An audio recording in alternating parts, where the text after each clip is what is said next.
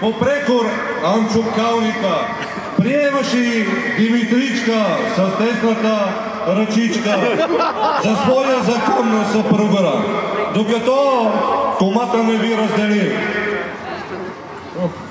Такава хубава невеста. Можеш ли да й кажеш не? Взимам те, бе, душа. Взимам те. Да. С властта ми, дадена от патриарха, ви обявявам за съпруг и съпруга. Чуйте се па до година, ако не съм умрел, да ме поканите на кръщане или на развод.